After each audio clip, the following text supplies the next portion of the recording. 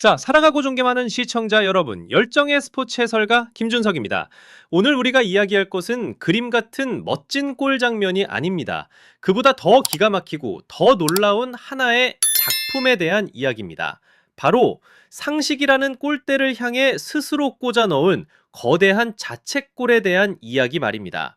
여러분, 보통 성공에는 보상이 따른다고들 하죠. 하지만 중국 축구협회는 완전히 반대로 가고 있습니다. 성공이 아닌 잠재적인 실패에 미리 보상을 하겠다고 나선 겁니다. 이것은 미래를 위한 발전 전략이 아닙니다. 이것은 그저 한편의 코미디입니다. 스스로의 무능함을 너무나도 쓰라리게 인정하면서 이제는 얄팍한 속임수로 자기 자신마저 속여야만 하는 중국 축구의 처절한 현실을 그대로 보여주는 가장 확실한 증거일 뿐입니다. 네, 그렇다면 중국 축구가 스스로의 골문에 처박은 그 어처구니 없는 자책골의 정체는 과연 무엇일까요? 바로 어제와 오늘 중국의 모든 언론들이 일제히 대서특필한 충격적인 소식입니다. 바로 내년부터 중국 슈퍼리그의 구단이 소속 선수를 유럽 5대 리그, 즉 잉글랜드, 스페인, 독일, 이탈리아, 프랑스 리그로 이적시키는 데 성공하면 그 보상으로 외국인 선수 슬롯을 한 장 더 추가로 닫게 된다는 것입니다. 여러분, 지금 슈퍼리그의 외국인 선수 등록 한도가 총 6명입니다. 그런데 여기서 한 명을 더 준다. 네, 여러분 잘못 들으신 게 아닙니다. 자국 선수를 한 명 내보내고 그 대가로 외국인 선수를 한 명 더 데려온다. 이야, 겉으로만 보면 해외 진출을 장려하는 아주 좋은 제도네 라고 생각하실 수도 있습니다. 물론 중국 축구협회는 그렇게 말합니다. 자국 선수의 해외 진출을 장려하고 구단의 선수 육성을 돕기 위한 획기적인 개혁이다. 하지만 여러분, 한 걸음만 떨어져서 조금만 더 깊게 들여다보면 이 정책이 얼마나 공허하고 또 얼마나 처절한 현실을 드러내고 있는지 똑똑히 보입니다. 이것은 장려책이 아니라 사실상 중국 축구의 슬픈 자화상 그 자체인 것입니다. 자, 그럼 이 희대의 정책이 품고 있는 세 가지의 깊고 어두운 환상을 지금부터 제가 하나하나 아주 날카롭게 벗겨내 보겠습니다. 첫째, 보상이라는 이름의 모욕입니다.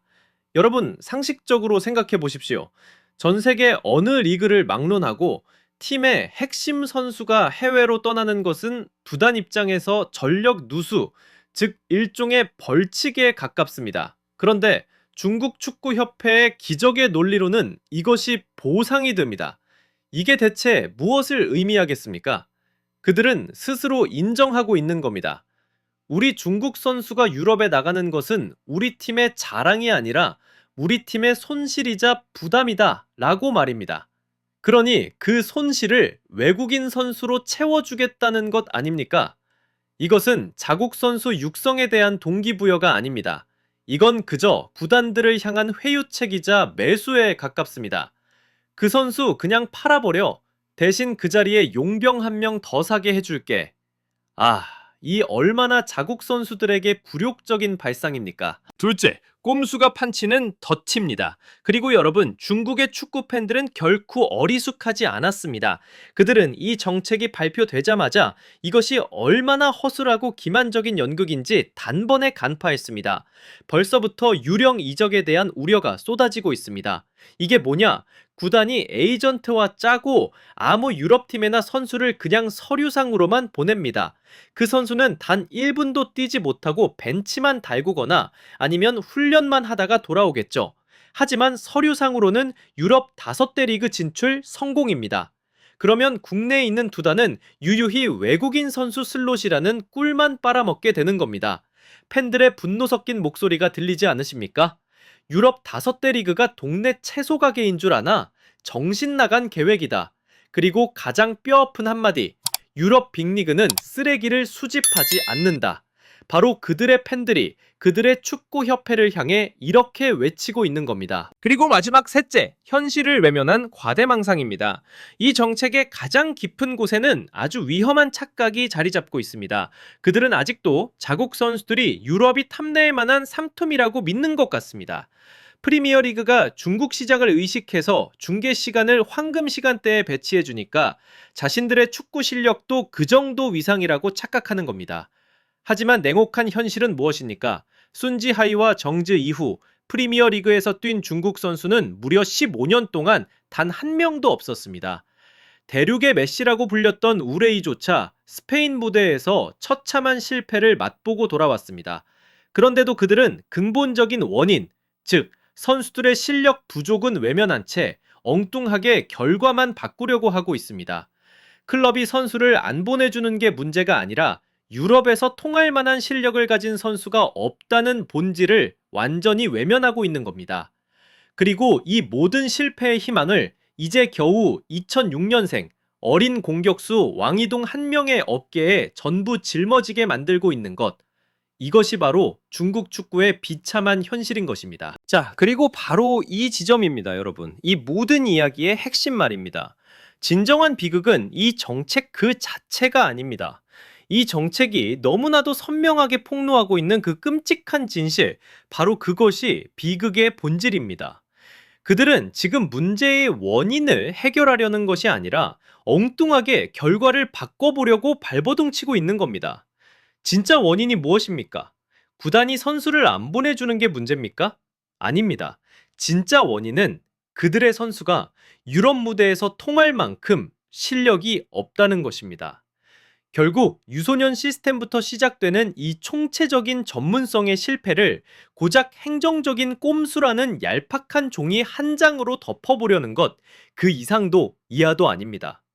이것은 정상으로 향하는 고속도로를 건설하는 것이 아닙니다. 그저 종이 위에 어디로도 통하지 않는 가짜 지름길을 그려놓고 이게 진짜 길이라고 스스로를 속이는 가장 비참한 자기 기만일 뿐입니다. 네, 좋습니다. 이 거대한 코미디의 한가운데서 우리는 한 줄기 희미한 빛과 같은 이름을 발견하게 됩니다. 바로 2006년생의 어린 공격수 왕이 둥입니다. 현재 유럽의 여러 구단으로부터 관심을 받고 있는 것으로 알려진 중국 축구가 간절하게 기대고 있는 유일한 희망이죠. 하지만 여러분, 바로 이 지점에서 우리는 중국 축구가 빠진 깊은 악순환의 고리를 목격하게 됩니다. 성공적인 유소년 시스템을 통해 제2, 제3의 왕이둥을 끊임없이 배출해낼 생각은 하지 않고 오히려 이 기이한 정책을 만들어서 단 한 명의 선수를 억지로 떠밀어내려는 모습을 보십시오. 이 어린 선수는 성공한 시스템이 만들어낸 자랑스러운 결과물이 아닙니다. 오히려 완전히 실패해버린 시스템이 찾아낸 유일한 탈출구가 되어버린 것입니다. 이 얼마나 불공평하고 가혹한 현실입니까? 한나라 축구의 모든 실패와 좌절의 무게를 이제 갓 프로 무대에 데뷔한 이 어린 선수의 어깨에 모두 지우려 하고 있는 것입니다. 결국 시청자 여러분, 이 정책은 단순한 실수입니다. 이것은 거울입니다. 겉으로만 번지르르한 보여주기식 행정과 개혁이라는 구호만 요란할 뿐 그 속은 실력이라는 알맹이가 텅 비어버린 중국 축구의 민낯을 가장 정직하게 비추는 거울인 것입니다. 이것은 기초공사도 없이 지붕부터 올리려는 것과 같습니다. 기초가 없는 건물은 어떻게 되겠습니까? 당연히 무너질 수밖에 없는 것입니다. 영광으로 향하는 길에 지름길이란 존재하지 않습니다. 축구라는 스포츠는 책상 위에서 만든 정책 서류 한 장으로 굴러가는 것이 아닙니다. 선수들의 땀과 재능, 그리고 뼈를 깎는 노력과 진짜 배기 발전 전략으로 움직이는 것입니다.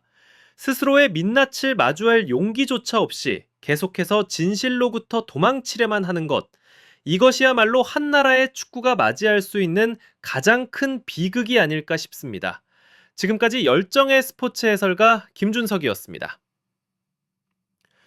중국 축구의 이 기상천외한 신의 한 수에 대해 여러분은 어떻게 생각하십니까? 여러분의 생각이 바로 힘입니다. 지금 바로 댓글로 여러분의 날카로운 의견을 남겨주십시오. 그리고 저희의 뜨거운 분석을 놓치지 않으시려면 좋아요와 구독, 그리고 알림 설정까지 지금 바로 꾹 눌러주시는 것 잊지 마십시오. 감사합니다. 다음 시간에 다시 뵙겠습니다.